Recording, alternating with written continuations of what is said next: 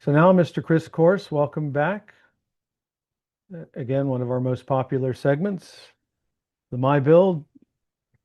All right, What do you thanks, Tom. what do you have in store for us this evening? Merry Christmas, everybody. We have a lot. This is going to be a pretty packed show. And here we go. Maybe. There we go. Okay. All right. Tonight, the theme is layouts. This is a little thing I created with Chat GPT. It's not perfect, but it's pretty damn good, I think, for what it can do. But anyway, all right, layouts. Moving on. First up, we've got Greg Cassidy. Ah, Hello, Greg. hi, Chris, and Merry Christmas to you. Merry Christmas to you as well.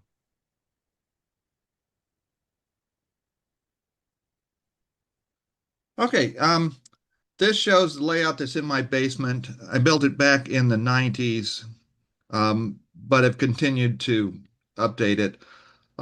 It represents the Western Maryland Railroad in between Hagerstown and Cumberland, and it's centered around Hancock, Maryland. The layout's roughly 84 square feet. Next.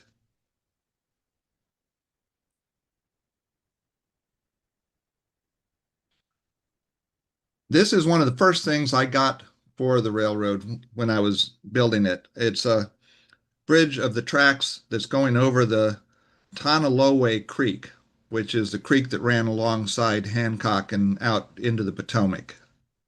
Next. And this is my hobo camp. It sits along the main line and it's right on the edge of the Potomac down there at the bottom. And they have a little boat so they can go out and snag some fish. And they also have a little lobster trap that they keep their beer in the river to keep it cool. Next. And this represents the town of Hancock. It's not an exact representation of it, but it's what I had room for. The packing plant on the left, back in the 1880s, uh, Jeff Cohill and his father uh, started some orchards in the Hancock area. And Hancock became the fruit capital of the East Coast. And they kept going until the mid 1950s. And so this represents his packing plant, and that's actually one of the signs that he used. Next. This represents one of the Alpha Jets that Western Maryland ran. The Alpha Jet was their part of the Alphabet route, which was uh, the way for a number of small railroads, such as Wedding, Pittsburgh and Lake Erie, Western Maryland, and some others, to compete with the big railroads like Pennsy and New York Central with the traffic from the East Coast and the Midwest. Next. And this is the Cafe Grocery. And this is just in a little community that's outside of Hancock. And I hadn't built it for the layout, but once I was finished with it, I had this spot and I said it would look perfect there. So I just dropped it there. Next. This is a popular area for rail fans. These are a couple of mini prints characters that I painted and put them in place to take some shots. Next. And this is downtown Hancock. And that's another mini prints. That's actually a mini me. I had been scanned a few years ago, standing in front of the Shamrock Bar. Standing, I point out. Next.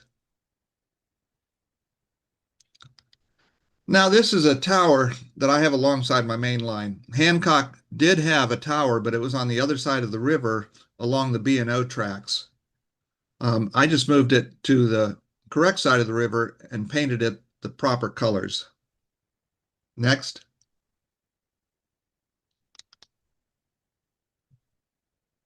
And this is a community that's just a little east of Hancock, and it's alongside the Tonaloway Creek.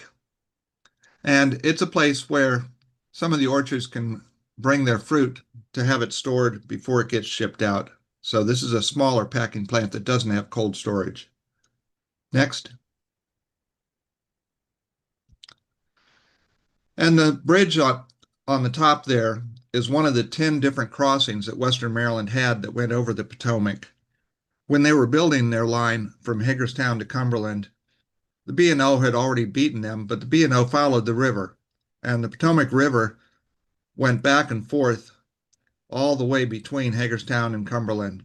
Well, the Western Maryland had more modern engineering, so they just went straight and went over the river and through the mountains. So you had a number of tunnels and 10 bridges. Unfortunately, it was only single tracked. So when the B&O and the Western Maryland merged, they kept the double track B&O line.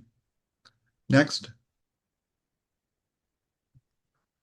And this is one of the popular places for rail fanning where they can catch the train coming out of the tunnel. And there's a little car park there, and I've got weeds around a little pond with a bunch of junk in there, as you'd find at little parking areas. So I think that's your journey along my railroad. Very cool. Thanks, Greg. Any questions or comments for Greg? That's it, right, Chris? I think so, yeah. Yep, sure is. All right. Well, great seeing your layout, Greg. So hopefully I'll make it down there one of these days. Are you muted? No, I'm not. Oh, You hear me? yes. Oh, okay. Yeah, hopefully I'll make it down to your place one of these days. So, well, if you're not doing anything in the next 2 weeks. yeah. So, all right. Well, thanks, Greg. If anybody has any questions, speak now or forever hold your peace. Or for, to the next guy. Yeah. All right. Well, thanks, anyway, Greg. Thanks for doing this, Chris. Yep. You put this on every month, and I know it's a lot of work, and I know we all appreciate it. It's funny, I say it's not a lot of work, then I get like 2 hours into it. I'm like, crap, this is a little bunch of work. And then it's done. But it's no big deal. Yeah, it's we'll call it a labor of love. So, all right. Merry Christmas, Greg. Well, Merry Christmas to everyone, and thanks again, Chris. All right, thank you. All right, next up is Fred Cosgrove. Yep, Fred. Saw you earlier. Yeah. Oh, there you go. All right. And I did manage to get all of your slides put in here, even though they were I got part 2 and I was like, where's part 1? Yeah, well, but we got it. So we got it. So that's good. Thank you for the effort there. Well, this is the entrance going to, I think, what was going to be a sun porch on the back of my house down here in Florida. And was a choice of either building a railroad in the porch area or in the dining room area.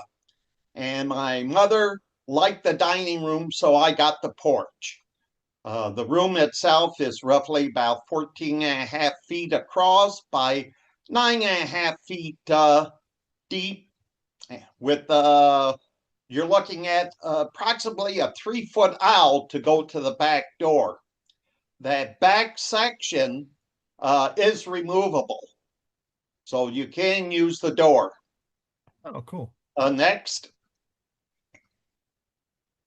This section here is supposed to be representation of the Whirlpool factory in Clyde, Ohio.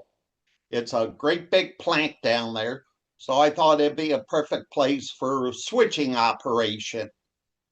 Not only is the plant served by the steam railroad, but also I have the traction line running up there, and it handles passengers. Next. Maybe. There we go. And this is HO, correct? Yes, this is HO. So that's so far I got on the factory. So you can see how it's coming together. Next. And you can see where the interurban comes up, dropping off people. Now be the office area. And you can see the divider where the section unbolts and the electrical all unplugs underneath. So that whole section can be removed if I need to get out the door. Next. The track continues on, and at this point is a Y to turn the engines around if you're running on point-to-point operation. That little extension is good enough to get a locomotive around. It is removable, and show you later. Next. Should have probably brought up in the previous slide, the bridge there is called the subway. Because it's a wide bridge for the railroad in Bellevue, Ohio. Now, the interesting thing is, if you go down there, you'll notice it's 3 lanes of traffic, 2 one way and 1 the other way. And you would say, well, why on earth would they put 3 lanes there? Because you can't make a left turn. Well, it turns out at the time they were building the subway, the interurban was running along there. So I believe they actually built the bridge for 2 lanes of traffic and 1 lane for the interurban, which it never got to use because by the time they got it done, the interurban ceased operation. So this is a little community coming out from underneath the bridge. Next. This is basically a trolley junction. The interurban comes from the back and swings around and goes down to Bellevue. So I need to run a double-ended car on that section of track. On the other section of track, we're running PCCs, which are single-ended. But there is a connection between the 2 tracks in the back section. So if you needed to run the interurban onto the loop section track, it was possible. Next. And it goes by this area. Of course, there's farms down there and trailers and all kinds of stuff. So we're just coming into what I call Monroeville. Next. And that's going to be the future grain towers there. So the interurban does handle the switching of that operation. Next. This in the center is going to be a junk yard recycling area, and the interurban is going to bring junk or recyclable metal from the Whirlpool factory and drop it off here where it gets sorted and redone for shipment elsewhere. Next. And of course, this is going to be the future card barn. I'm still working in this section of track. And in the background is going to be what I call Sandusky East Yard. And that is handled at the end of the layout with all the controls there. Next. There we go. And here's the other end of the loop section. And this is downtown Sandusky. And I'm planning on having boats to go out to Cedar Point, which is a big amusement park. And in the early days, you used to have to take a boat to get to it. It was like an island. And later on, they built a causeway there so you could drive there with your car. Next. This shows the extension there, and that section is removable about a foot. Next. And this is the other side. Next.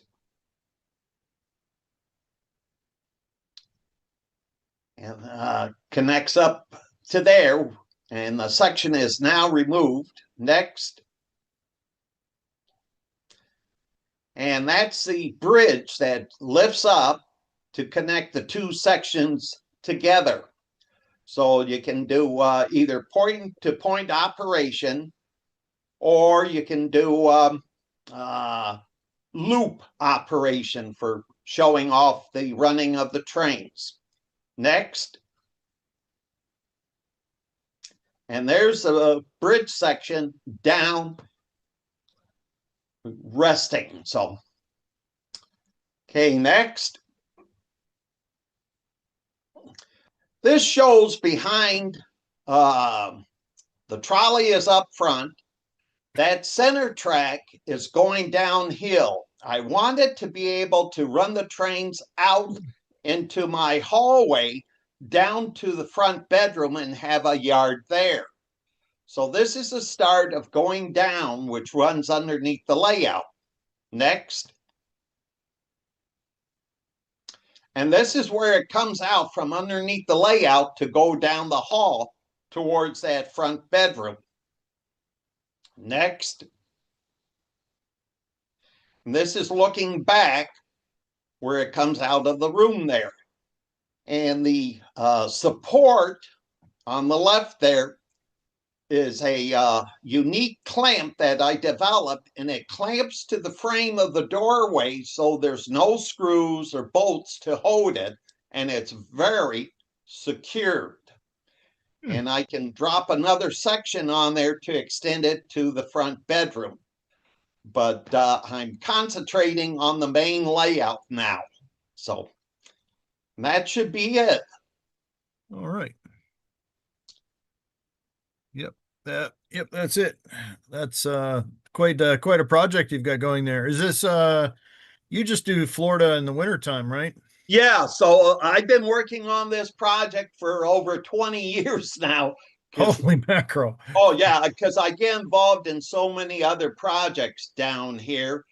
And I was working on the Jim Richards half-inch scale for 5, 6, 7 years, trying to get it operating. It is now in Washington, PA at the Pennsylvania Trolley Museum. And I'm involved in the theater group down here in Florida. And we just got done doing our play this past weekend. So I keep busy down here, no problem. Yeah, cool. So thank you. Merry Christmas thanks for, and a Happy New Year. Yes. Thanks for sharing. It's really cool to see all these projects. Any questions for Fred? All right. Well, thank you, Fred. Again, Merry Christmas, Happy New Year. And now we'll move on to Phil. Thank you, Chris. I need to send you a new picture. That's a terrible picture from Auto Road. Oh, well. Go ahead and jump in the next slide. Hey, there's a judgment-free zone here. Judgment, yeah, exactly. So this is a little bit of a journey. So our house has a second master bedroom. It's a reverse floor plan. The main part of the house is on the second level, opens out into the backyard. The front of the house is 2 stories. So the lower stories open on the front, not on the back. This is basically a second master bedroom. It's a little smaller. The master's a little bit bigger on the back, but it has a walk-in closet, a relatively nice bathroom, a bar over there with a sink, and a room. It was had been used before we bought the house as a game room. We continue to do that. I put in lighting and a pool table and had a foosball table when we had the kids. It was absolutely great. We could have a bunch of kids downstairs here and not even realize they were in the house, but we knew where they were. So basically about 3 or 4 years ago, I started working to basically free this from the constraints of being a game room, to liberate it into model railroading, and achieve that about two and a half years ago. So I started considering what to do with it. And I actually designed a double deck ON30, I do ON30. I like ON30 for the combination of the detail and the area you can model. Looked at doing a double deck layout that would basically be point to point and would model essentially the South Pacific coast, and have a little helix that went around the closet, staging in the closet, etc. What I realized as I did that design was that all the aisles were going to be 3 feet. And when you were in this space, you were basically in the room. There was no room in this to have any place to sit down, any place to talk. To do that, you'd have to leave this space and go into the next bedroom.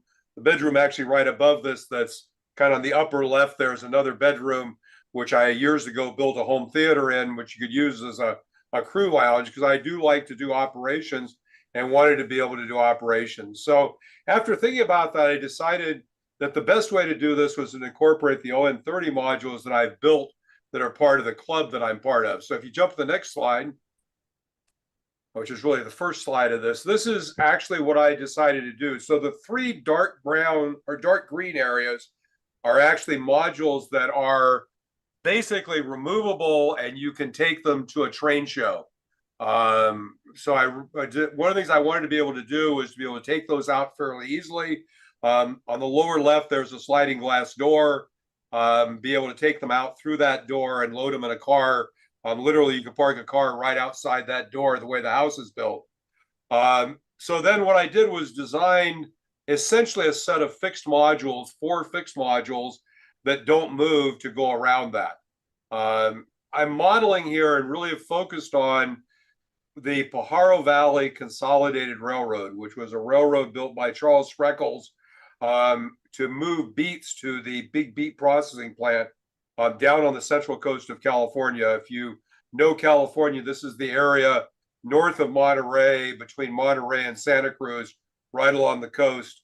If you like artichokes, that's where most of the artichokes in the U.S. are grown today, is in that area.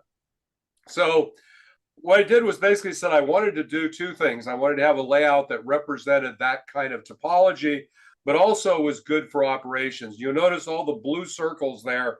That represents the number of manageable spots, industry spots that are on that part of the plan. So in total, it actually will operate between 5 and 6 operators actually running the railroad.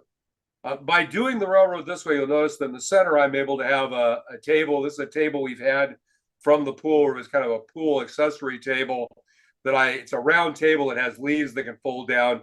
So I can have it in the room and have people come in, run trains, have a place to sit, make it a bit more of a social environment to have an operating session. I also plan that under Sierra City to have a 6-foot workbench that I can pull out and have that as a workbench area, so I can have my workbench in the room. My current workbench is in a laundry room that has no windows, and it's fairly small, and I really don't like that area. So this is the plan, the long-range plan.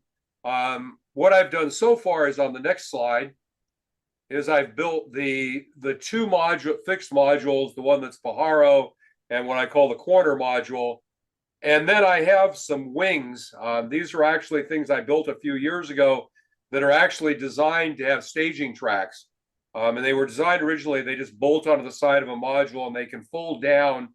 I've now extended those a little bit longer. So I've got 2 staging tracks on either end of the layout. Quite frankly, in this kind of a space with ON30, it's virtually impossible to do a loop, a loop without having a duck under. I really didn't want to have a duck under, so I've basically done it so that it will be, it can be staged, but it's not designed to be run continuously. If you can jump back 1 slide, Chris, you'll notice that where the staging is on the upper right, my long-term plan is to have a train turntable. So this will be big enough to turn a train that fits on the sidings, on the passing sidings on the layout, and has the capability on the end of it of having a staging cartridge. So this is a cartridge that can hold a whole train. And actually the way I've designed the train turntable cabinet, those will actually store underneath the train table. So I can literally have staging on that end. And you'll notice my long-term strategy is to have some staging in the closet that would represent Santa Cruz, which is north of Watsonville, major yard at Watsonville. And where you see that gray figure inside a building. That's actually a building that'll be able to be lifted up. That's representing the huge beet plant that Spreckels built in Watsonville. Okay, go ahead and jump through the next slide. So this is basically the state of the layout today.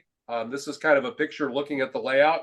My current workbench is over on the left underneath that extension or staging area. You can kind of see I talked a little bit last time we did backdrops about the backdrop there on the right. I have a TV cabinet in a cabinet and a TV and a alcove there on the left. I intend to leave those in place. The module you see on the left with the trees, the one kind of down by the sliding glass doors, and the one here on the right are the 3 removable modules. You'll notice on this module, there are the 2 buildings I've talked about on a Biuld program a while back. Those were first and second place at the NMRA convention in LA. Go ahead and jump to the next picture. So I've just got a few shots through them. I didn't take a lot of close-up shots, just give you an idea. We had this mirror. We ended up taking it out of a bathroom we remodeled, and I moved it into the game room because I thought it made the game room much bigger, and I've left it in place. You can kind of see in there my lighting, my ceiling lighting, which is all 3D printed. Go ahead and jump to the next slide. So this is the fixed module at the end, which represents Pajaro, which is a city between Moss Landing and Watsonville. There's going to be in the front here, there'll be a continuation of kind of the water scene on the right you see there. You see the depot there that I did the build on the show.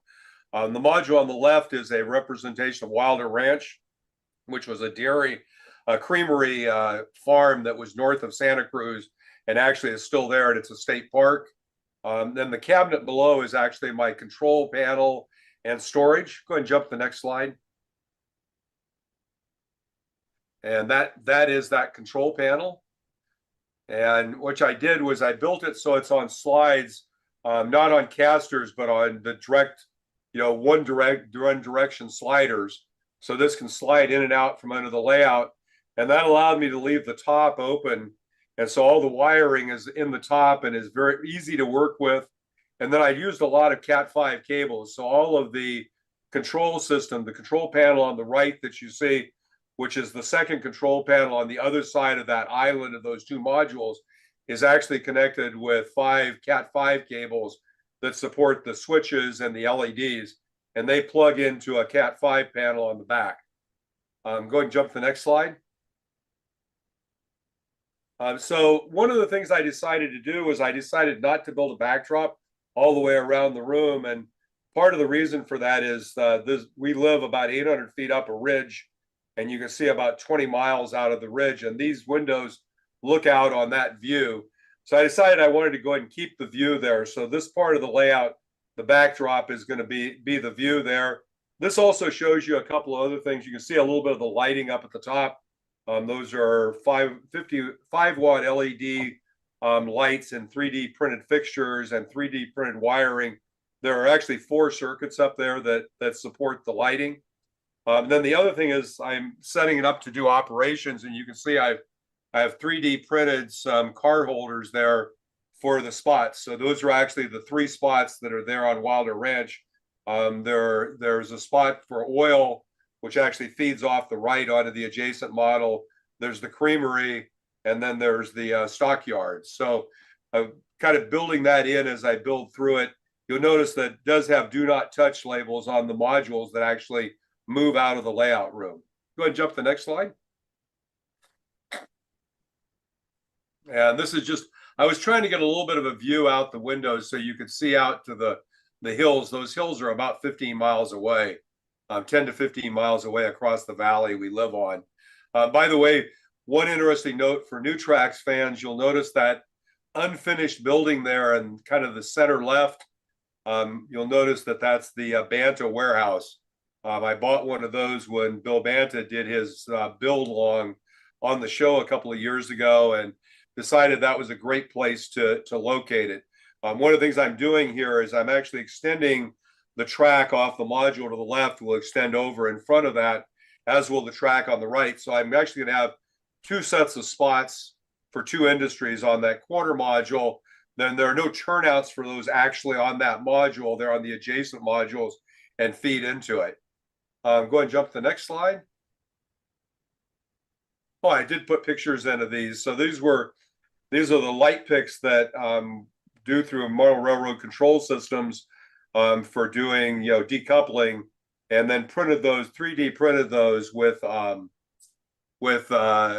places to have car cards, etc. And so I'm doing car cards for all of my rolling stock, etc. And I think that may be the last picture. We have to see if there's one more.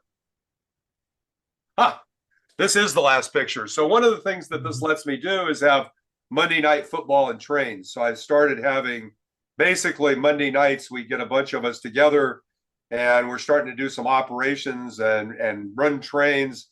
But as you notice, we have a really nice sized TV, and you can kind of notice on that fold up table below it, there's a PC. So what I'm actually doing is feeding a PC into the TV so I can connect my internet and actually run Monday Night Football so we can watch that while we run trains. So that is the layout. Yeah, that's a cool concept. Good way to attract people to the layout. Yep. Oh, it's Yeah, Monday. I don't want to come. Well, we're having football. Oh, okay. So, yeah. All right. That's cool. And it's neat that you found a way to link all your modules together. That's great too. Yeah, well, that was the other thing was I realized, well, I got really excited about building, a double deck layout. It would have been significantly longer mainline run. From a railroad perspective, it really wasn't a lot more switching. It was just a lot more run between the switching areas. But the other thing that beyond the fact that, as you can see with the table there in the middle, it's pretty easy to be social. You don't have to be running a train. You're still in the same space. The other thing I kind of came to the conclusion is that it would take me, at the speed I build things, at about 5 to 6 years to get to the point where I was really getting comfortable with the layout being operational. And by doing it this way, I really started this about 9 months ago. So it really hasn't taken that long to get to this point. And by the way, if there's interest, you guys can feed back to me. If there's interest in the new year, I actually took a whole bunch of pictures through the process of building those fixed modules and that, and I can go through the process of, the steps of building that if there's interest. So with that, I'll throw it back to you, Chris. Thanks. All right. Well, thanks for sharing, Phil. Any questions for Phil or comments? Wow, quiet crowd tonight. Well, thank you, Phil. Actually, there's a question actually on the chat. It says, oh yeah, use the wall segment with the big mirror as a visual break. It's not really a visual break, but it does, quite frankly, even though you're looking into a mirror, it does make the room feel, just at a feel level, bigger. I mean, emotionally, you kind of feel like you're in a bigger space because that mirror is large enough and it replicates the room enough. And especially when you put the lights in, you can kind of see the lights up in the top of this picture there. There's a lot of light. It's a very, if I turn the lights all the way up, it's a very bright environment. It actually extends the room and makes it feel bigger. I thought about it, taking that down and putting backdrop there, and I decided that the mirror was actually almost more effective. Yeah, it definitely does that. I know there's a lot of places that do that to, like if you go in a restaurant and they have like a small corner room and they put a bunch of mirrors in there, all of a sudden it feels like it's about 4 times the size of what it really is. So people aren't feeling claustrophobic by it. But I got one more question. Sure.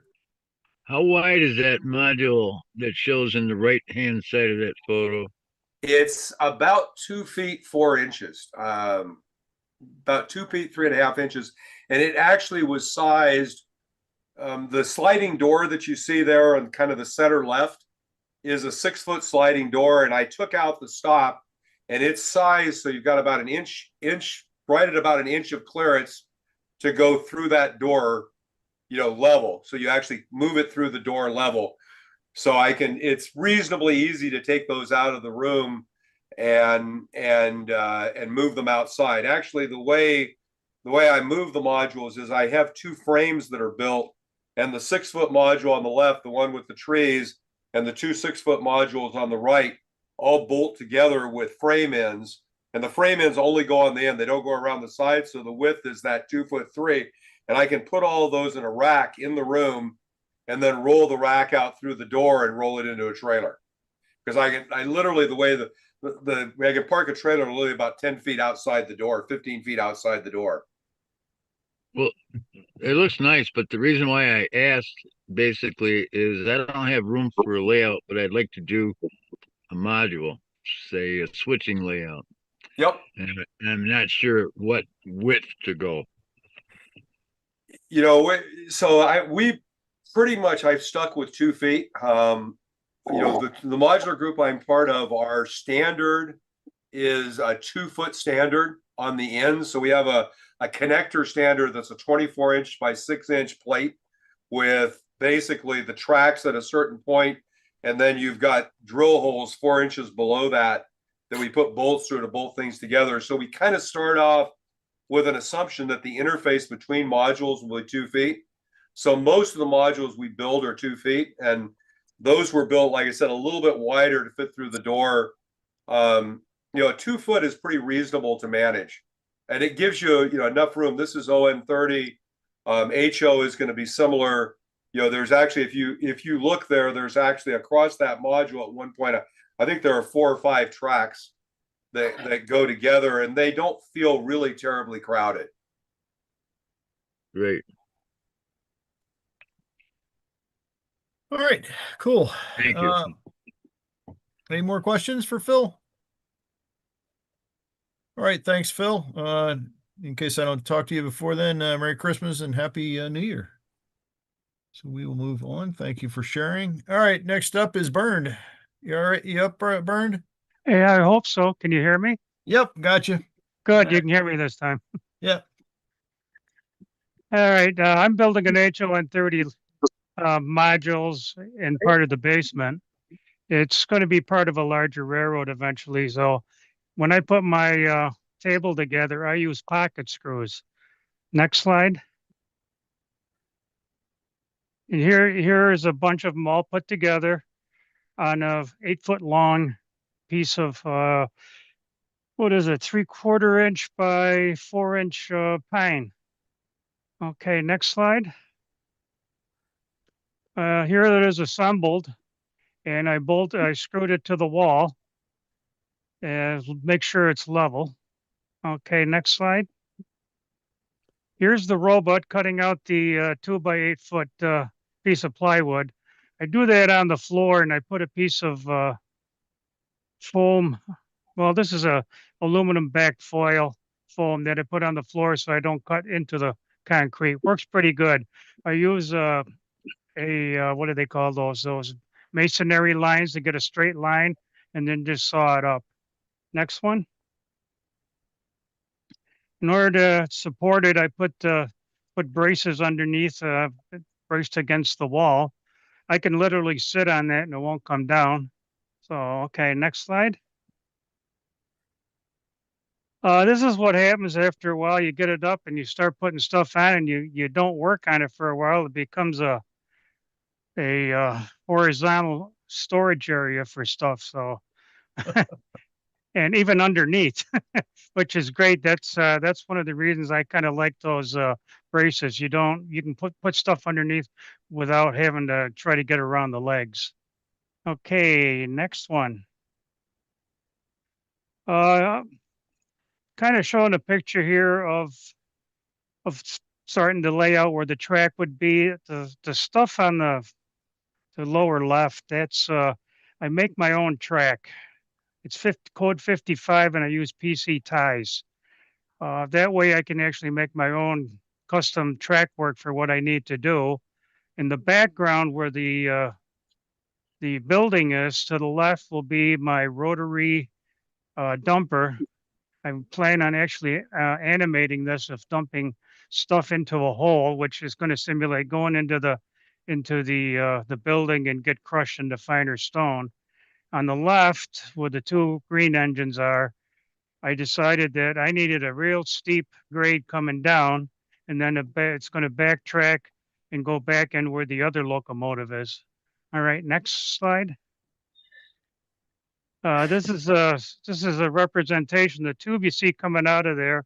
I did that. I think I tried to show that on one of the my builds for animation. And what that is a spring that turns and it'll actually bring the aggregate out into a yet to be built elevator, which will actually then take the stuff up to it's a plexiglass I cut out on my CNC machine and glued it together. The top part yet where the bins are missing.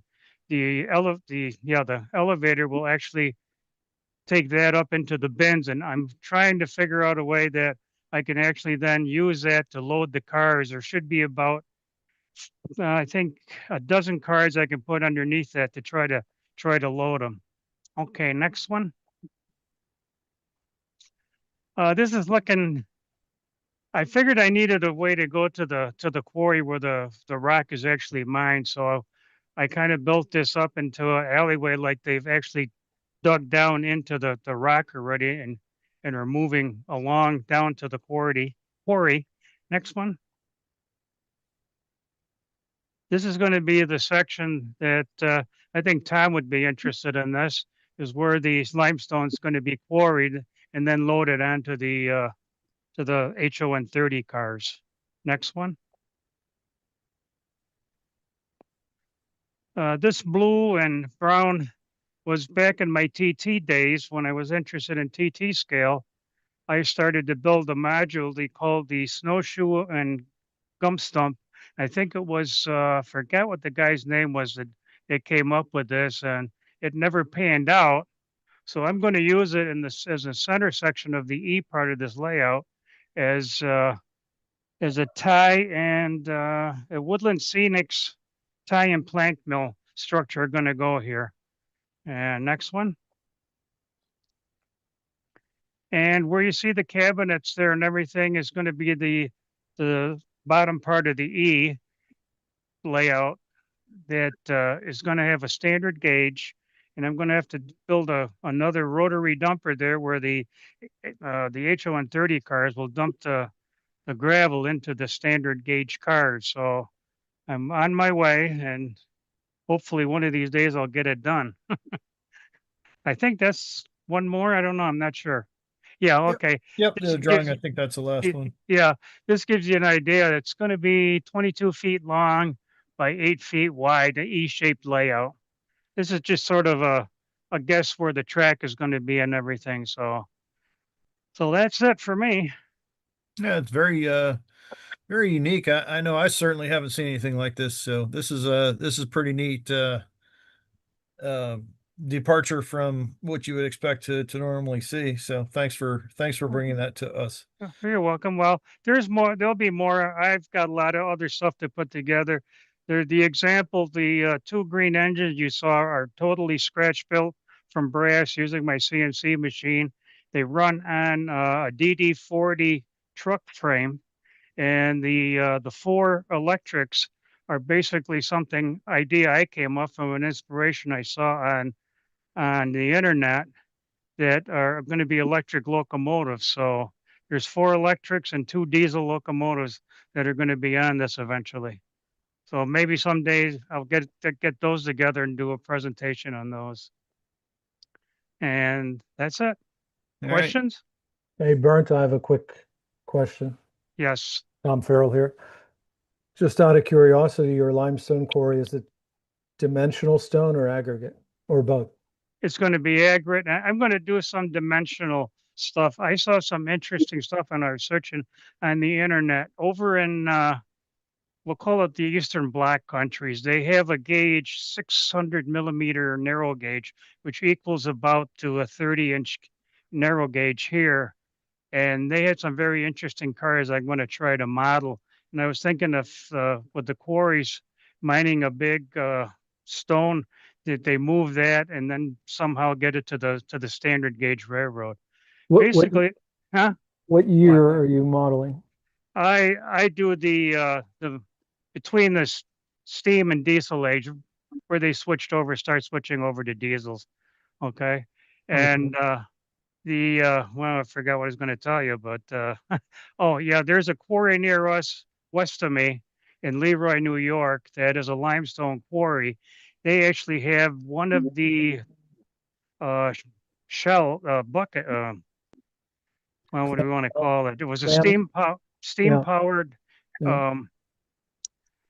shovel that was brought back up from the Panama Canal that was used to dig the Panama Canal. I've got pictures of it. Plus, it had an odd-sized narrow gauge railroad that served the Lehigh Valley, which was 32-inch gauge, which was weird. So, I'll no, I have your email. I'll send you some photos of a steam shovel and loading cars with limestone for you. yeah, I appreciate that. Okay. All right. Any more questions for Bernd or comments? Hey, Bernie, you didn't tell him about what you used for the rock. Well, which one on the? I did a my build one time on that building. Those are soapstones that I cut. I thought they were tile. No, soapstone. No, on the wall. Oh, on the wall, that stuff. That's ceiling tile that you break off, and then what I do is I glue it together, and then I take Durham putty, paint over it to get a nice stratus on it, and then I use different colors. I think I used acrylic tube colors to paint the racks. So Very cool. that, okay. All right. Anyone else? All right. Thanks, Bernd. Merry You're Christmas. welcome. Happy New Year. Same to you and your family and everybody else. All righty. We'll move on. Bill Hawk. You up, Bill? I'm here. All right. Let's get started here. So it's funny, everybody's got these long-term projects. This one was literally guess 6 weeks from start to finish. It was like a big module. In mid-October, we found this old 74 Marks unit that my husband wanted to use to create a display for his work. And it took on a life of its own. So you can go on. It was funny when I was flipping through the pictures on my phone, I went from the dining room brown to wood brown to pink to white to green. And you're going to see that reflected in these pictures very quickly. So this is my dining room table. My regular layout is an S-gauge layout in the basement. That went on big pause while I was doing this. So I spent a couple weeks cleaning up the engine. I had made another purchase while I was at the thing. I worked on that too. And then about the middle of November or the beginning of November, you'll see in that lower. I did date these slides as you go through, so you can see how quickly this took shape. So 11/1 is when this that top sort of laid out the loop. There was more track in the box than would have come with the set. So I made this to make it fit and got some dimensions of what I thought was going to fit in my car because it had to go a couple blocks to get to where it was going. So you can go, and then we bought some models at the some Plasticville, and you'll see these as they get laid out and experimentation. You can go to the next one. So then going into the pink stage, laid out was going to be a creek bed and a hill for the city hall coming on the front part of the upper picture. This was weekends, so full-time worker here, so I'm doing this at nights and weekends. You can start to see in the back of that upper picture where the materials have expanded into the living room, and then in the middle picture expanded. This is our kitchen island, which was as everything needed to be brought up. I kept working on it into the kitchen island. So go to the next. I decided I needed a wood frame, which meant I had to cut a little bit off of what I had Home Depot cut as the base because it wasn't going to fit in my car. So I had to trim it back a little bit. Built this out of 1x3s, I guess, to have something both to edge the foam and the wood. It was going to be an environment where I didn't really want, these are dealing with autistic adults. So I wanted to make sure it was finished in means, and I wanted to hide the power as much as possible. So I had a little bit of space underneath the wood base, sub base, to run some power. Started working on that. You go to the next one, keep the transformer out of the corner. We had purchased this small lighted Christmas tree that was going to stand on there and be part of the display. So I had to figure out a way to get that in. Built up the foam around the legs with the intent that the tree could slot in there on its legs once finished. And then also ran the power for the tree down through the bottom of the table and out, so it could be plugged in without having a cord all over the place. Starting to figure out that in the third picture and picture on the right, starting to put some styrene together for some little bridges on this O-gauge triple track. Go ahead. So then I found out that the table this thing was going to go on was not as wide as what I was building. So I needed, it would have collapsed on the wires underneath the table. So I built in a couple more stanchions to get it in so that it could sit on top of the table and not damage the wires. I found that the power from the tiny little transformer that came along with this fell off greatly towards the far end of the layout. So I used 3 track clips total for this and wired them up, soldered them to the track. I did wind up soldering all the track together as well. We'll get to that. I tested a 8-inch high backdrop on the right-hand picture and wound up going with something a little bit bigger once we got further along in our thought process. Also, you can see in the right-hand picture the mound that would become where the Christmas tree slots into. And in the middle of that picture, I built a foam core road bridge to go across the creek that was going to be developed. Go next. So one of the things that this allowed me to experiment with is some of the scenery techniques that I've read about but never done. I'm an architect by trade, and I can build buildings, and I can use markers and foam core and chipboard and glue and all that stuff. But some scenery elements I have not done, and this gave me an opportunity to try some of that stuff out. So I wanted to try some different things out and got some various different products that I've read or seen and tried. So here on the right, you can see them trying some of these various textures on Sintra, on foam, on the cork, just to see what they would look like and what I could use. You see that we're at Wednesday, the 12th of November now. Okay, you can go ahead. So now we've gotten the 20-inch high or so backdrop. I thought that would work better. The colored blocks at the back were foam core pieces that got taken to the center, and the autistic adults painted. We had them paint them. We weren't quite sure. My thought was they were going to paint them to look like row houses, but all I got back were the painted color blocks. So some of them, and they didn't get painted all that well. It's a mixed bag. So on the right, I put some wood bracing behind them to get them straightened out. And they were kind of being imagined as Philadelphia style row houses.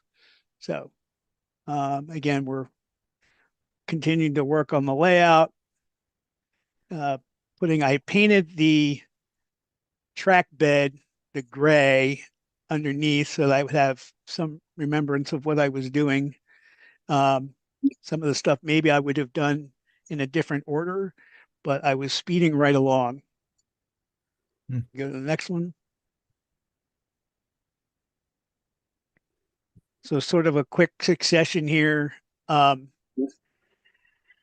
The layout was to be delivered on December 1st. And I knew I needed to get the thing greened out. I think normally you would probably do ballast before you would do the greenery.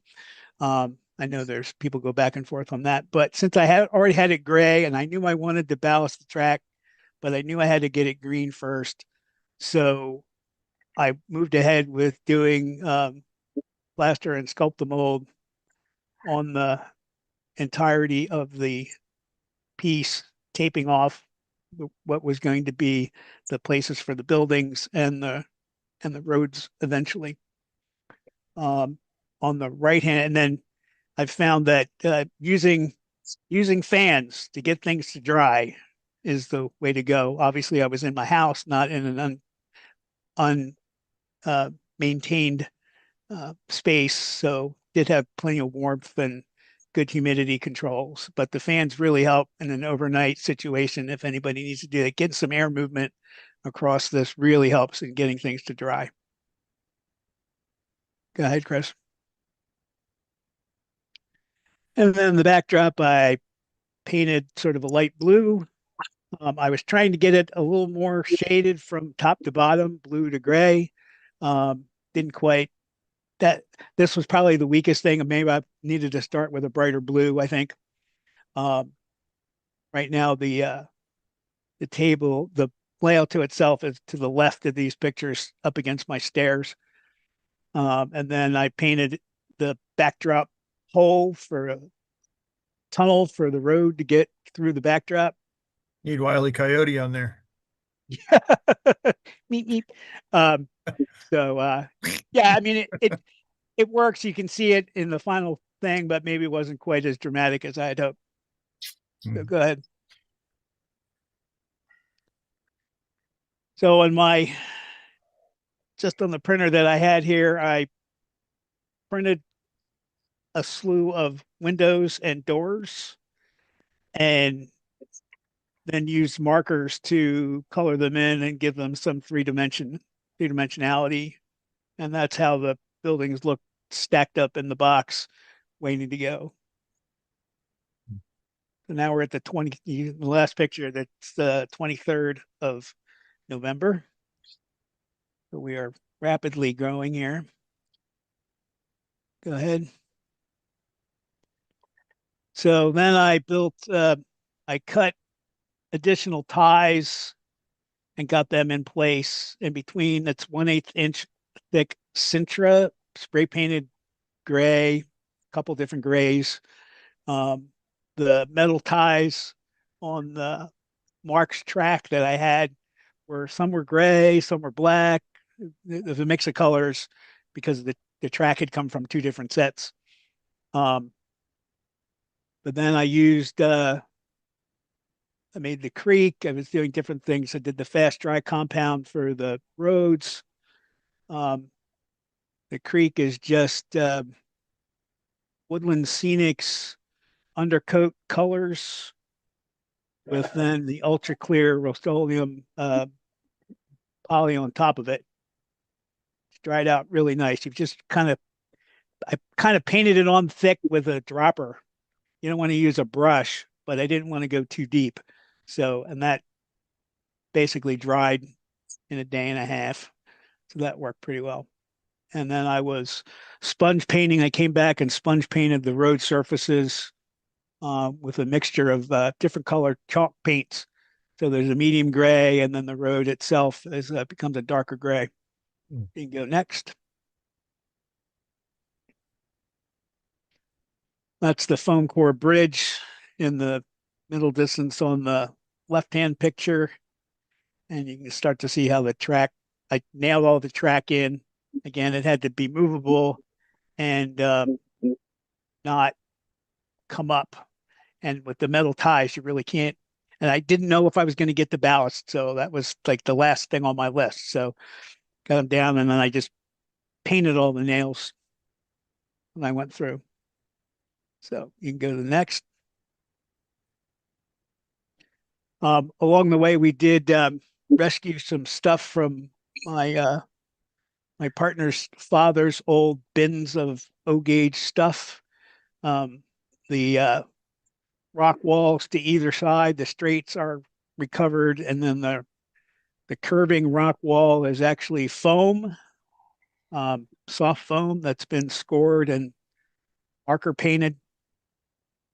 I glued all the, I welded all the plastic wheel structures together as I cleaned them and repaired them because they were in pretty bad shape. Because again, they didn't want to be loosely tied. They had to be in a way that they could be on the layout and not fall apart by anybody touching them. You can go to the next. Looks like Philadelphia or Independence Hall there. It does sort of, but yeah, it was just the Plasticville City Hall kit. So, okay, so we're moving along. Now I've gotten some further along with the roads. I used in the right-hand picture that's a modeling clay shaped into for the crossing in 2 locations. I used a O-gauge deep flange truck to run through and clear the flangeways. And then I said, I should try that engine. And I'm glad I did because the gearing on the back of the wheel, of the driver wheel, was deeper on the inside. It's on the inside of the wheel, and it's as deep or not as deep as the flange, but still cut into the clay. So I had to keep smushing it down and smushing it down so that I wouldn't get any rub for that. And then and then the clay, once it dries, you can just paint it. So you'll see that as it comes along. Keep going. Starting to slot in some of the buildings, and now starting with the just Woodland Scenics foam. Glued it down, painted it, sprinkled it on, came back with glue over top, 50-50 mixture, sort of the classic things that everybody knows, but I've never done it. So this was my first shot at doing it. So go ahead.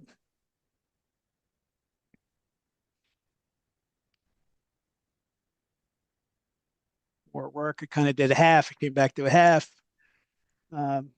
Started bringing out some of the stuff that we had to move on. I kept testing the engine every time, make sure I wasn't screwing anything up with the wires or underneath, and make sure it was keep running.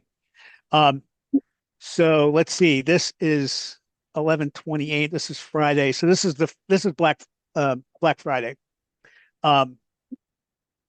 What I didn't put in the thing is that Tuesday night, I guess of this week, that prior Tuesday night, my soil line in my basement exploded with rainwater. Didn't get any toilet water, shall we say. It was all rainwater from my roof and my backyard coming into my basement. So I spent from 5 p.m. till 1 o'clock in the morning, Wednesday morning, bailing my basement and cleaning up my basement. So that kind of took some time away. Never fit, but it rains, and it was really raining. We had a big storm come through the East Coast, and boy, once the plumber we got it cleared, that was all right, but kept going. All right, you can go. Next one. We're almost getting there. And I had some castings, rock castings that I squeezed in there. I wanted to do that. Started getting some bushes on. And then I finally had the time to come back and ballast all the track. So the the little brewery building that's in the right-hand side, that was also a model that got from my father-in-law. It's not in great shape, but it was fine. Slotted that in and used a slightly different ballast as the sort of gravel driveway for that. Go ahead. And then these are pretty much the glue is still drying, but there's some finished shots here, sort of more finished shots. Saturday. I wanted to get everything done on Saturday so that Sunday could just be let it continue to dry and not mess with any of it. So go ahead.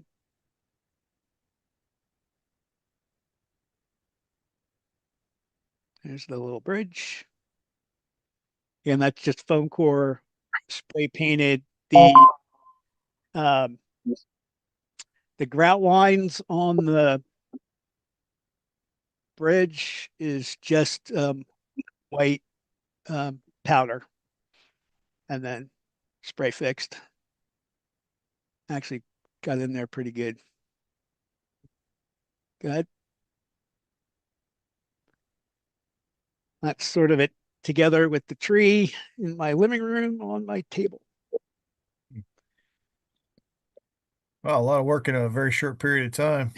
It Came was out fantastic. so yeah, so that was sort of Sunday. And then you know, the various accessories again were from my father-in-law's old mix of box of stuff. And some of the trees I painted the bases brown and some of them I left white, kind of go along. So go ahead. And then everything taken apart, put into boxes. It fit width-wise in my car. It was a little long. I had to bungee cord the gate down. But it only had to go like 4 blocks. Just 2 blocks each direction. Okay. And then, yeah. So that's it in its spot. Very cool. Did you leave the movie attached to this, Chris, or? I didn't, I copied everything, or what I did is I copied your slideshow and just dropped it into this slideshow. So Okay. we shall find out. Hey, Chris, how many more presentations do we have? I'm not sure. I think we've got a few. Okay. This is it, Tom. So, Okay. Yeah, let's see here. oh, there it is. Oh, there it is. Yep, it works.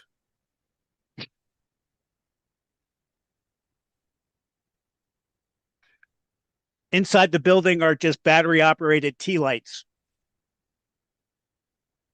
Nice simple way to do things.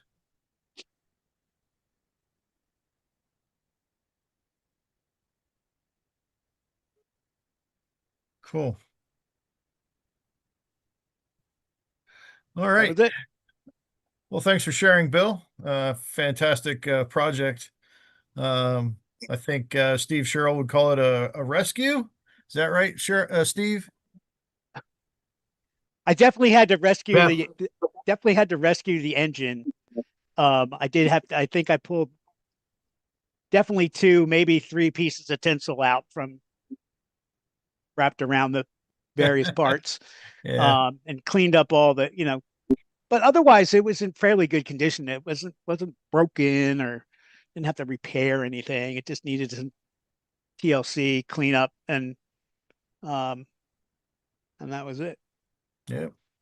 Very So I nice. learned a lot along the way, and my husband tells me that they generally run it for a little bit in the morning and run it a little bit in the afternoon.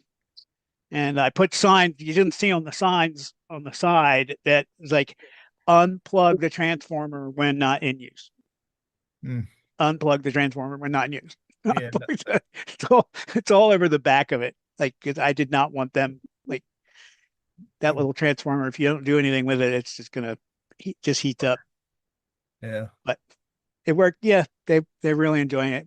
And everything's stuck down with museum wax, so which holds really good. Um, Nice.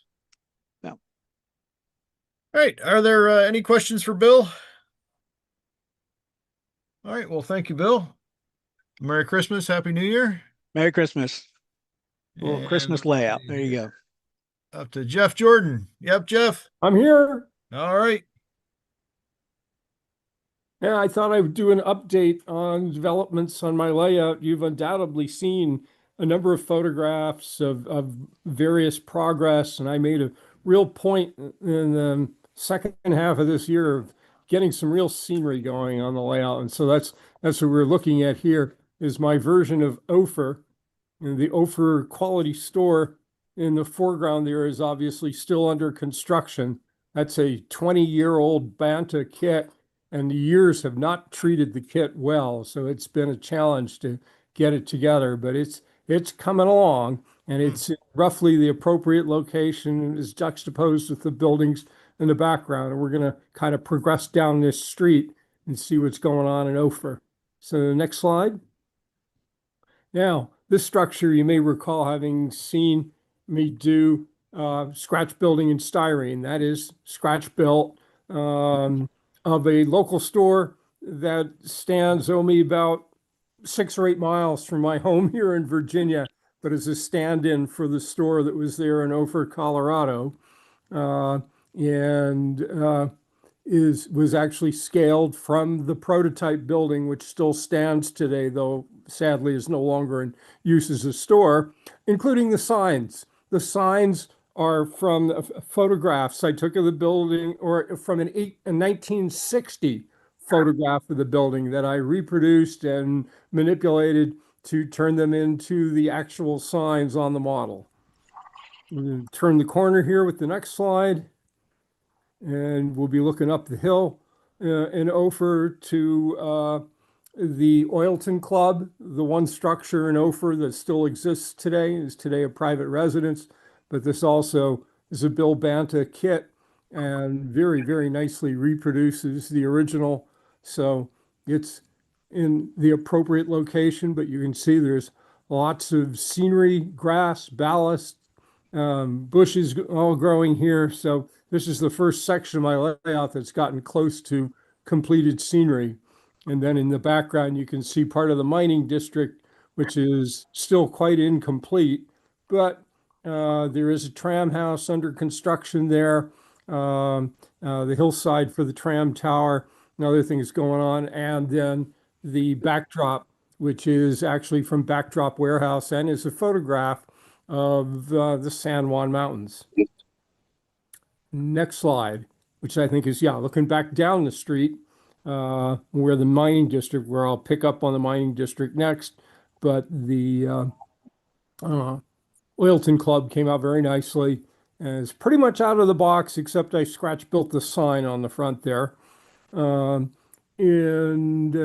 you can see I just ran out of ballast, so that section has not yet got ballast on it. It's one of my big challenges is deciding what to do with ballast, because I operate at low speeds and like sound, and I am very much concerned that ballast cement will magnify the operating sounds, which I do not want to do.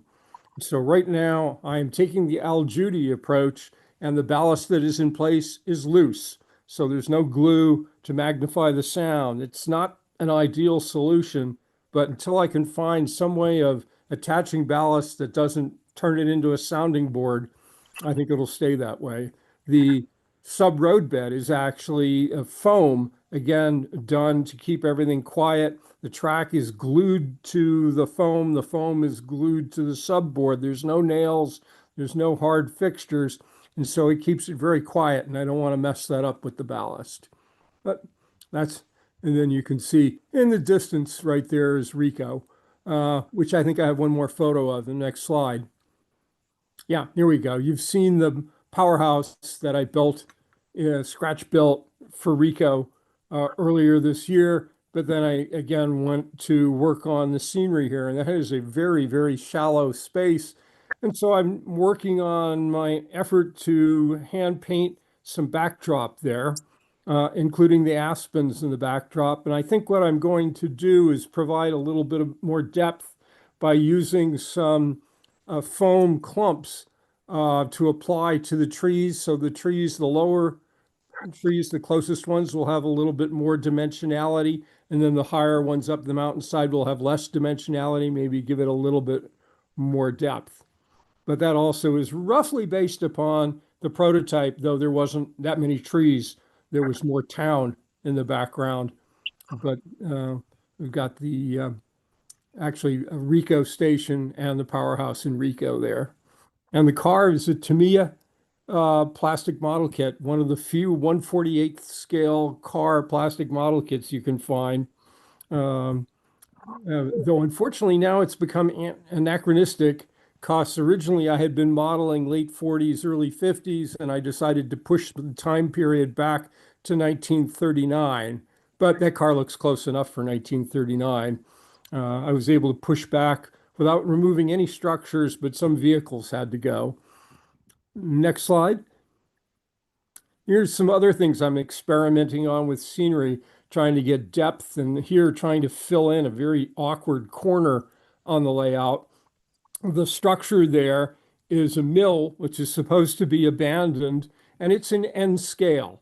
So you get some real forced perspective. There will be trees disguising that ridge line, and so you'll just spot the abandoned mill in the distance. Next slide. More selective compression, and this, I was given this. This is an N scale. I believe it's a Revell farmhouse, but it is N scale. And I just saw how nicely it seemed to fit with that backdrop there and seemed to be in right proportions. So again, it is giving a great deal of forced perspective to that portion of the layout. Obviously, I need to finish the scenery extending forward. And then you can see part of the mining district in the foreground there. Yeah, I was blown away by how good that house looks down there. It I guess the way it sits there, it makes those trees pop out, and it looks like the trees really you almost can't tell that it's a flat. Yeah, yeah. You know, it was funny. I had just been given that in a box of stuff, and what am I going to do with an N scale house? And I just popped it in there, and I said, "Wow, that fits really well." So I got to finish the scenery a little bit more, but yeah, I really like how that worked out. Yeah, it's perfect. Next slide there is, I think, yeah, here we go.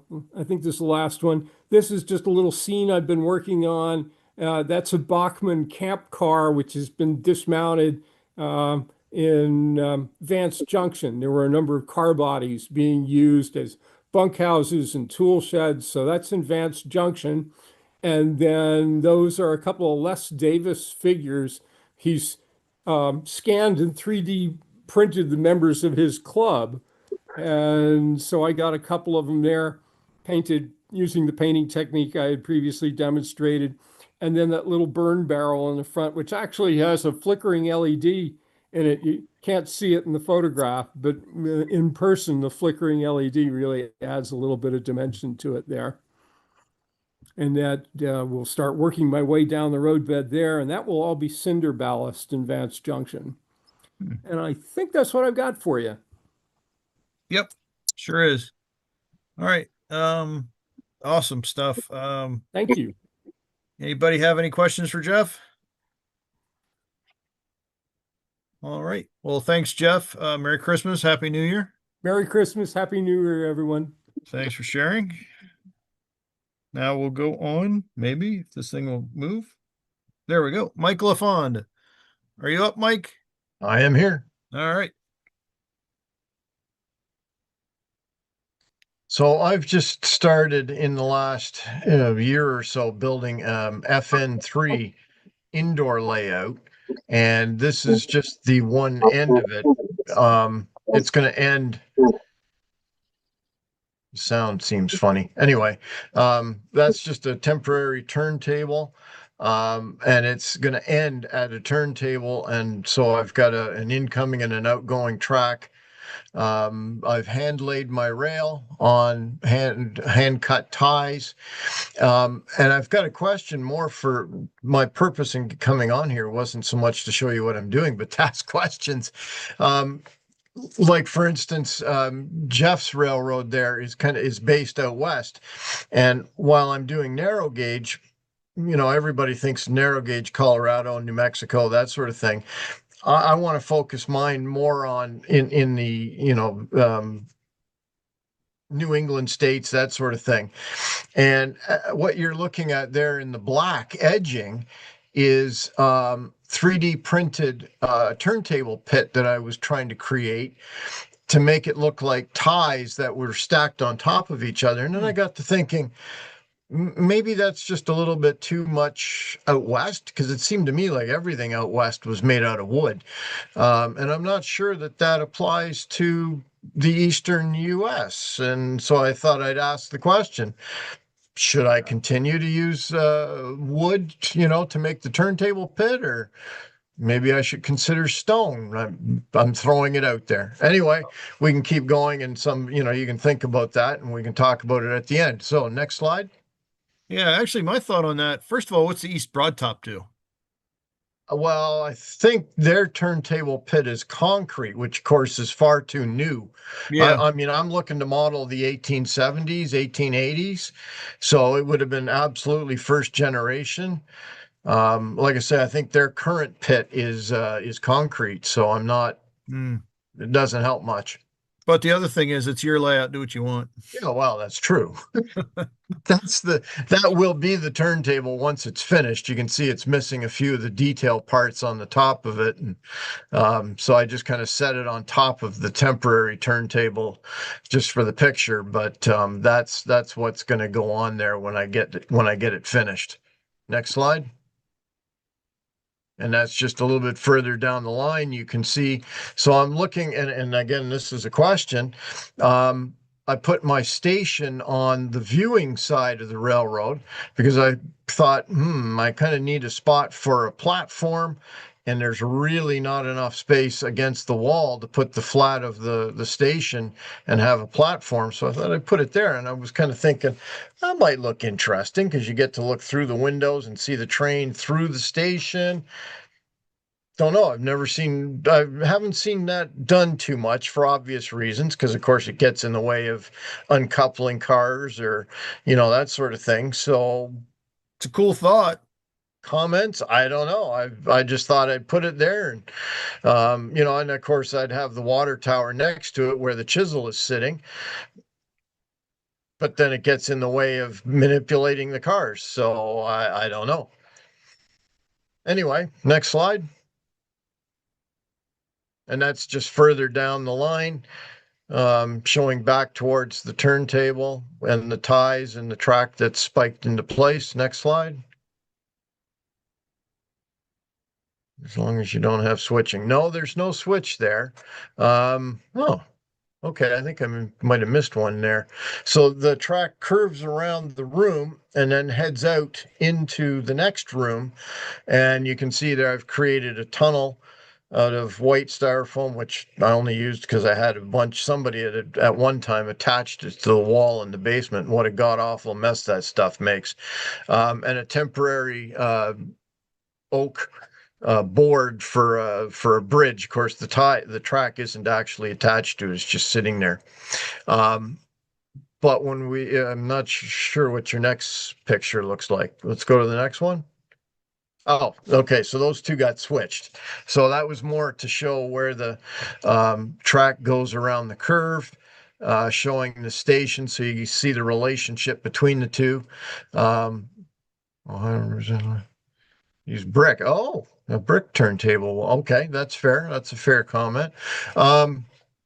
So I've got two stub switches there. They're both scratch built using 3D printed base. I designed the base for them. The one is a great big long curved switch, and then the other one's going to go back.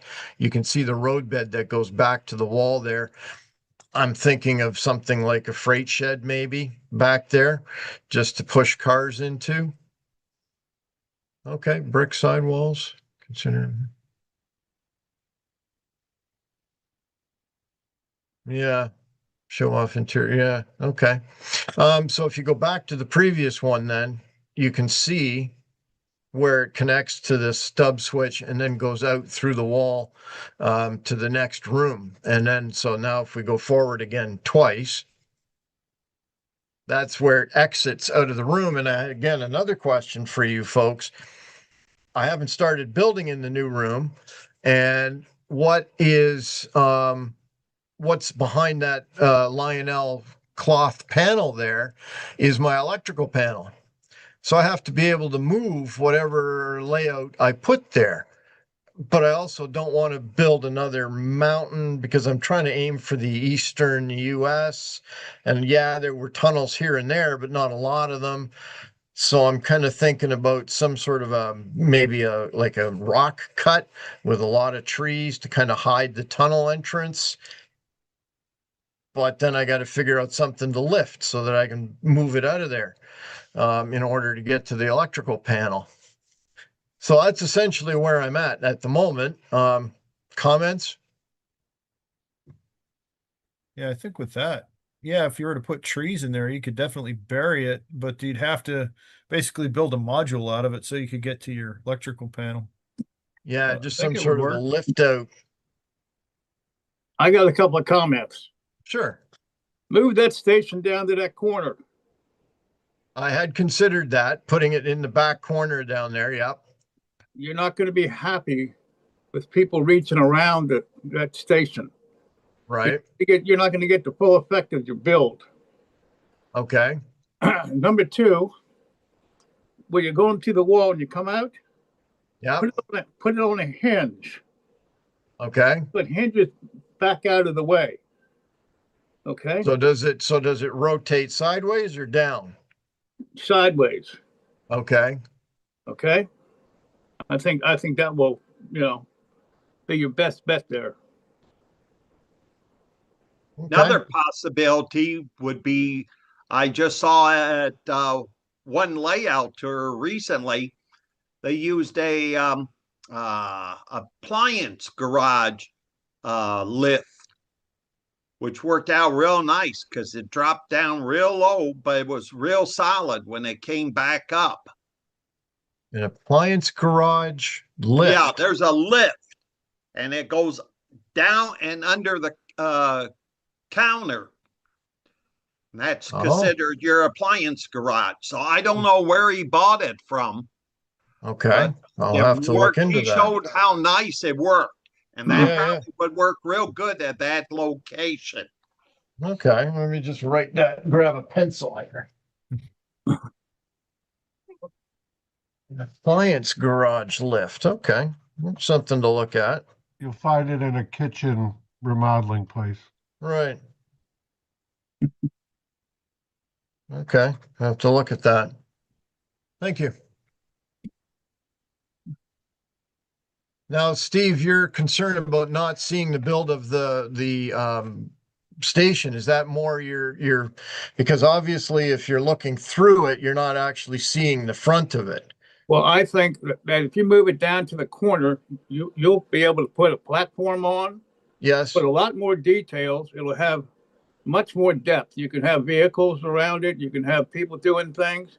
You might be able to even squeeze in some kind of a flat building behind the station, to add even more interest in that. But if you leave it on that straightaway there, it's just not going to work. Okay. And the corner will put the station in the corner. It will also take some of the emphasis on that corner meeting. Most people try to use scenery to hide the squareness. Yes. And that would be a way to do it. Okay. And you're going to be 120.3? Yeah. Okay. Yeah, I don't know if you ever got the video, Chris, or not, but. No, and Tom never sent it to me. Okay. No issues. Where do you live, Mike? Just north of the border from Detroit by about an hour. Okay. Yeah. Okay. Well, that's why I was asking you guys, because this is sort of my first, I'll call it major model railroad. I've built a bunch of plywood centrals in the past, but never really, managed to get them anywhere. So this one's going to be the first right through to the end sort of thing. Yeah, it was cool. Good luck. Yeah. Thank you. Thanks for taking the input or asking for the input even. Mm-hmm. That's part of the part of what we're going for is people are looking for feedback. It's 10 mines or 20 mines are better than just one. Yeah, for sure. Unless they all have opinions, in which case you're just better off on your own. But all right. Let's see. I think that's the last. Yep, that's the last slide. So, yep. All right. Thank you. Well, thank you for sharing. Does anybody have anything more to contribute? All right. Well, thank you, Mike. Merry Okay. Christmas and Happy New Year. Thank you. You to you as well, and everyone else. All righty. Jeff Peck, Yes. you're up. All right. All right. Here we go. Okay, this is the Happy Creek Railway. It's a little smallish ON30 that I built. Next, please. Okay. Try to take notes and. Okay. If you ever want to ruin your sleep for the rest of your life, work shift work for 30 years. One night I couldn't sleep, so I came across a channel called Steve's Trains on YouTube. He had he's building a small ON30 layout on a prefab baseboard from a company called Ironworks Models, and it was the world's smallest micro double. It was a 21.5 by 25 inch base, and I looked at it and I checked it out, and it had an endorsement there from Al Judy, so I bought one. And then somehow or another I came across Chris Bone from Full Circle Models for the track. So Chris sent me the rail, the laser cut ties, and the turnout skeletons. All that stuff was top quality, good stuff. The package from Ironworks got here through a snowstorm, and it goes to get. It's like it came in a flat pack, and it was like a jigsaw puzzle to make a base, and then a base underneath, and all the hardware went together really easy. Next, please. And that's what it looks like when it's put together. And you weren't kidding about the jigsaw puzzle. Oh no! It literally, yeah, it looked like a big jigsaw puzzle, and it's a double layer. And they don't line up, so it's as you put it together, it adds strength. So here's where I put the tracks, I put the ties down. I laid a turnout. Next, please. I got these lazy guys to help, but they didn't work too much. So the turnout went down really easy. I ended up taking it out later because I decided, you know what, I just want something where I can put some trains on and just watch them run. I really wasn't interested in doing any switching or anything like that. So next slide, please. So again, and then when I was looking at it, I said, these tracks in ON30 are going to be, with the HO, they're going to be too close to the ends.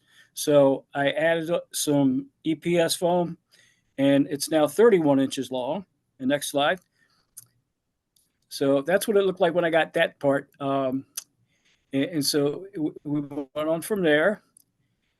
It gave us and also gave me, because I wanted some scenery along the edges too. And it just wasn't a lot of room to be able to do that. So next slide, please. Couple months later, a little bit of work here. Here we got the view down the street into the town of Happy Creek, which, if you can see the sign, the mayor is Al Judy. So next slide, please. Okay, now we're going to look down the main street there. You see some buildings there. You'll see Cheryl's store there. And next to that is Cassidy and Farrell's Tavern. And the police have pulled over a guy there and they're checking him out. It turns out his name is Bullet. So they're going to see what he's doing. He's doing on the East Coast. And that tree there in the foreground, those are sagebrush trees. And what I do is the leftover junk from super trees, I put it on the ends of the sagebrush, and I hit it really hard with cheap hairspray and just put ground foam on it, and it makes a nice light tree. Next slide, please. And here we're going to look down the other side of the street, and that's the building there is Witt's Hardware. All the buildings in the downtown there are made from Calvin Witt kits.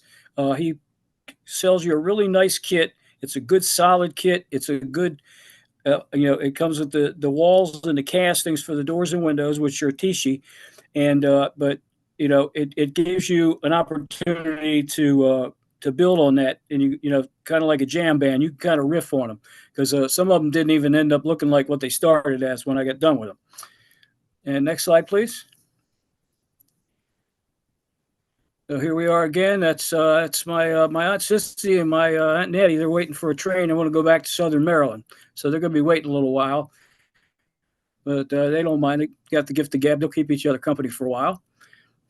The next slide. And here we are with entering into the area called McComer's Rocks, and that's because I got those rocks from Kevin McComer. But that's another Calvin Witt building there. I call that the Wizard Shack. It lights up, and it was a really simple shack to put together. And I put a tin roof on it instead of the shingle roof that he had. And next slide. So we're further around the rocks and come across a little hobo camp here. Guy on the left there walking up better have a can of beans or something, or the guy with the hammer is going to knock him upside the head. The fireplace actually lights up. It is a Carroll Creek Models fireplace, and it actually flickers. It really looks neat when you light it up. And next, please. And this is an overall view of that one side, and that's the rock which goes into the next section, which after watching Matt Woods on here and seeing the really neat stuff that he does, I said, I got to have me like a Matt Woods scene in here. So next slide, please. And here we go. We're looking into Matt Woods again. And we got a little work crew going on there. And I wanted to, it was one of when I started it, I looked at it and I was like, the only thing that's detracts from small layouts is the fact you can see the whole shooting match in one thing. So I came up, I'm sitting there thinking, I'm like, kind of like the old TV dinner tray. I'll put some dividers up so you can only see, if you're sitting parallel to it, you're only going to see one scene at one time. So I did that. And I said, then my brilliant ideas, I said, I'm going to model a different season in every part of the layout. So this where the guys are working, that's what we call the dead season. The trees there, those are just super trees. Actually, they're not super trees. They're trees I got from WWC. It's over in Wales. They're like super trees, but they're a lot stronger.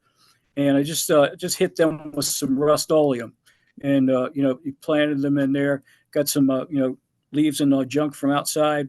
Put it in the little crappy food processor I got at a yard sale, and scattered that down there. And next slide. And here it's just an overall look at the town again. There I've got the backdrop there. The town side and the rock side are backdrops from Joey Ricard, the trackside scenery. The other one is from my friend Ed Kapuscinski, who he completely, all he models is winter. So he has all these wonderful dead season scenes to choose from. But that's the overall of that side. Next. And as we go out here, I'd like to thank the following people. Like my wife, number one, for just when I disappear and, she's going to put my face on a milk carton before I come out of the basement. But everybody here on New Tracks, this is just a big, just such a great inspiration and just some great modeling techniques and the way everybody shares everything here, especially Jim Kello for starting it, Tom for running it, Steve Sherrill, his just amazing work that he does, Greg also, and Ryan and Bob Gelmacher with Carroll Creek Models. They just put out some really, really good products that are great to work with. And, Calvin Witt, he's kind of my sounding board. I'd do something, I'd send him a picture, and say, what do you think? And honest, I don't like it. So you know, he was a really good help with this, and certainly, you know, last but not least, Al Judy, and just, you know, being just an inspiration to everybody, and just, you know, Al, thanks for being Al, and if you have any questions, fire away. Jeff, Yes, you got the information on the micro meat, right? yes, sir, I do. Okay, are you bringing that? I will. I will. Yes. Yeah, I was going to reach out to you and ask you. Okay, all right. Okay. Great job, great job. Thank you. Thank you, Steve. You know, I would have. I had no idea that you had the petitions. You know, it wasn't even in quarters or halves or anything like that. It was an odd shape, even in the petitions. And I think that was, you know, really outstanding. Good thoughts. Good thoughts. Well, if it had been a little longer and a little wider, I could have made it like 4 different things and then every season. But then I'm like, I can kind of combine spring and fall into one bigger one. So Yeah, you know, it worked out. It worked out well. I'll save a space for you. Okay. Thank you. All right. Cool. All right. Thanks for sharing, Jeff. right. Does anybody have any questions or anything to contribute? All right. Well, thanks, Jeff. Merry Christmas. Yeah. Happy New Year. Same to you and everyone else. And those pine trees on that one side came from you, Chris. Oh, that's Those right. those Yes. are your pine trees. Yes. Well, thank you for the those other ones are the fall trees were ones that I probably had laying around here for 20 years. I bought them for an N scale thing. They're just some cheap wire and foam covered trees I got from China. And okay. I initially spray painted them anyway because they, you know, they're like a neon green. But then I started, I said, oh, I can hit these with some different colors and make them fall trees. So it worked out. There you go. All right. Cool. Thank you. Well, thank you. Merry Christmas and Happy New Year again. Thank you. All right, Bill Stimson. Yo, All right, you ready? sure. All right. And here's just something that's been on my workbench for a while, and I finally think I finished it. It's a Model Tech Studios feed store and hotel combined kit. I'll have some pictures of the layout at the end, I think. Yeah, I think so. Next slide. Nothing really terribly interesting with the kit. I mean, clapboard walls. I ended up using some rail scale models shingles instead of their roof pieces, but other than that, I built them basically the way they came, and I ended up putting some stairways in a little different. Next slide.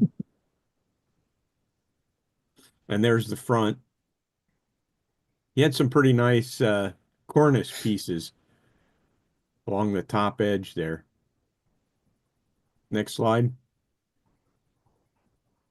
And there's the last side, I think. Next slide. No, I was wrong. One more. Okay. Next slide. And some miniatures for the season. Santa and a reindeer. The Santa's got an axe as well as his presents to bring by.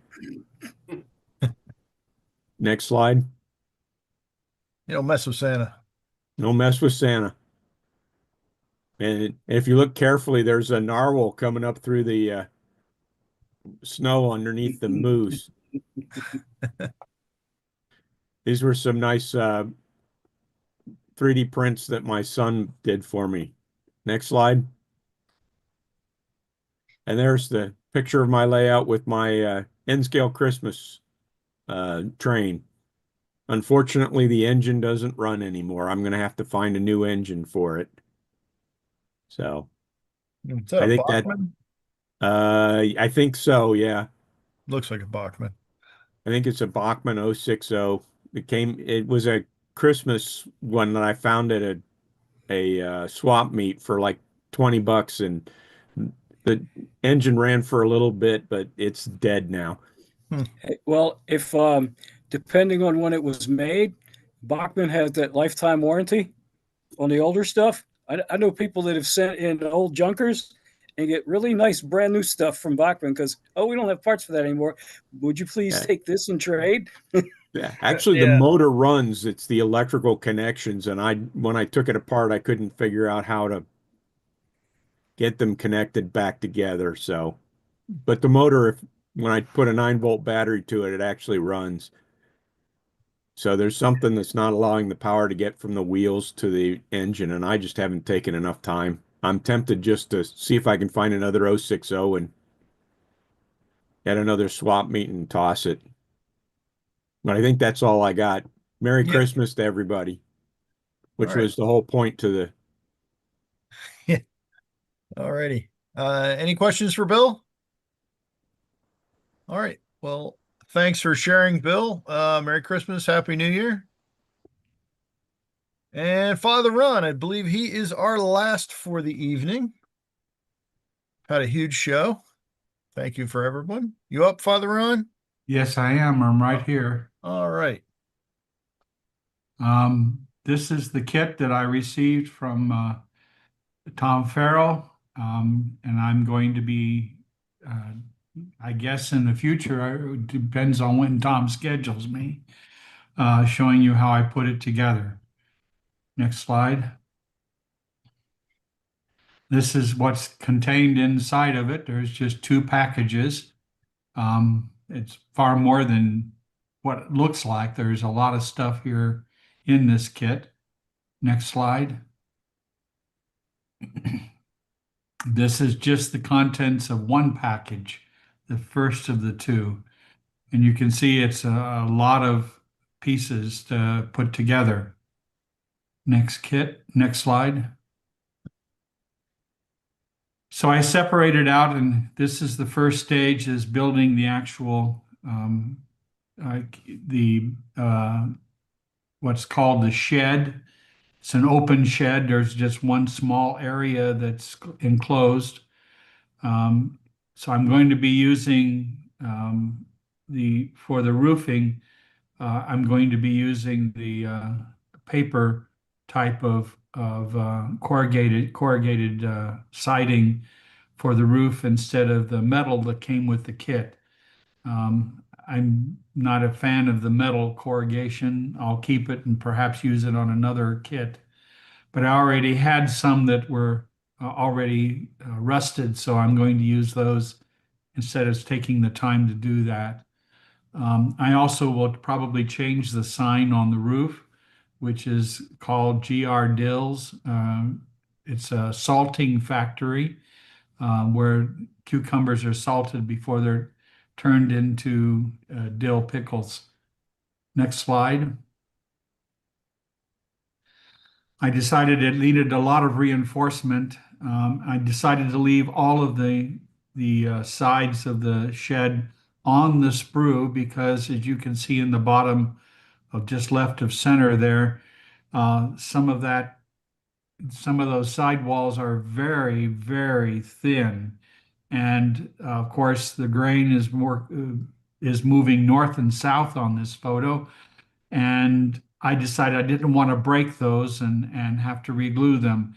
And even though I left them on the sprue, on the sheet of wood, one broke anyway. And I had to glue it from the back side to keep the glue from showing on the front where a stain or paint or whatever, I'd have to paint over it. So it needed a lot of reinforcing, and some of the roof pieces to the left there of center, those were already bent or warped.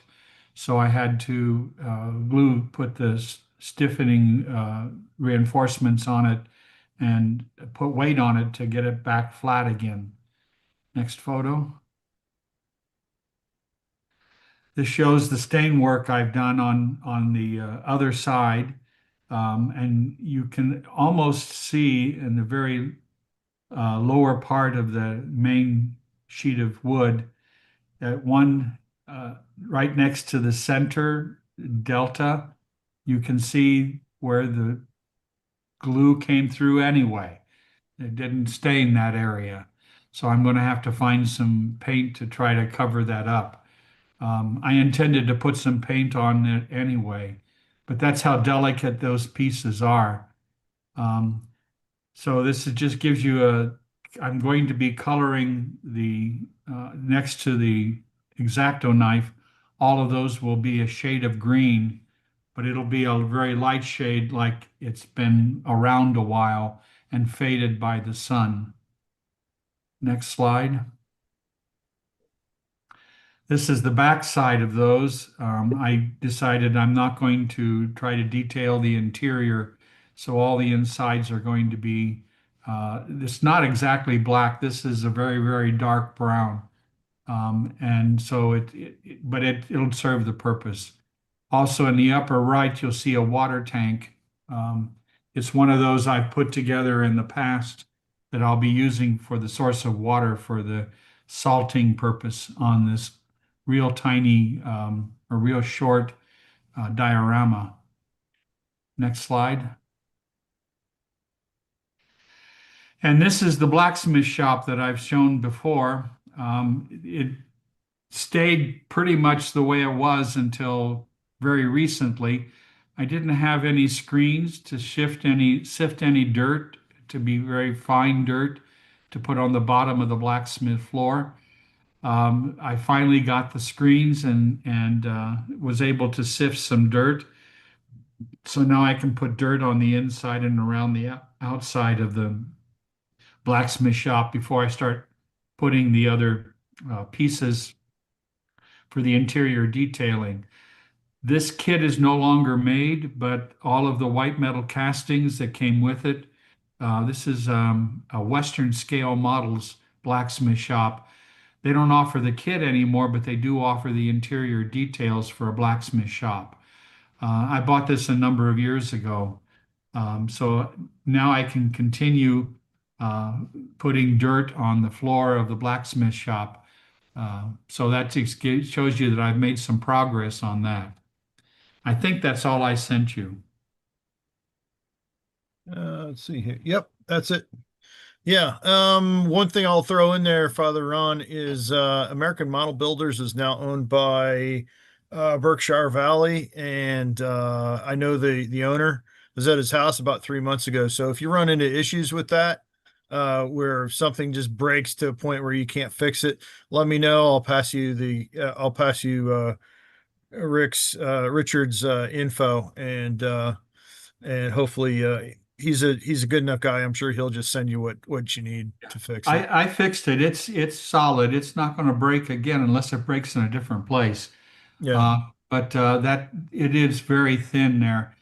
I did contemplate trying to put a piece of reinforcement behind that whole upper section of that shed, but I don't know how the roof is going to fit on there, and I don't know whether that's going to interfere with that. So I may put another piece of 3/16 by 3/16 or 1/8 by 1/8 strip wood behind there. But I'll have to wait and see once I get it separated from the wood if it's going to need it and if it's going to interfere with putting a roof on. There's a pole that has to come down that center and front delta on each of those side pieces. And it's already cut and fit, so I may have to use a different size of pole if I put a reinforcing piece of wood behind those sides. Okay. All right. Well, thanks for sharing, Father Ron. Does anybody have any questions or anything to contribute? I will say in Navajo, Yat Keshmish, which is the Navajo way of saying Merry Christmas. Oh, very nice. Well, thank you, Father Ron. Merry Christmas and Happy New Year to you as well. Thank you.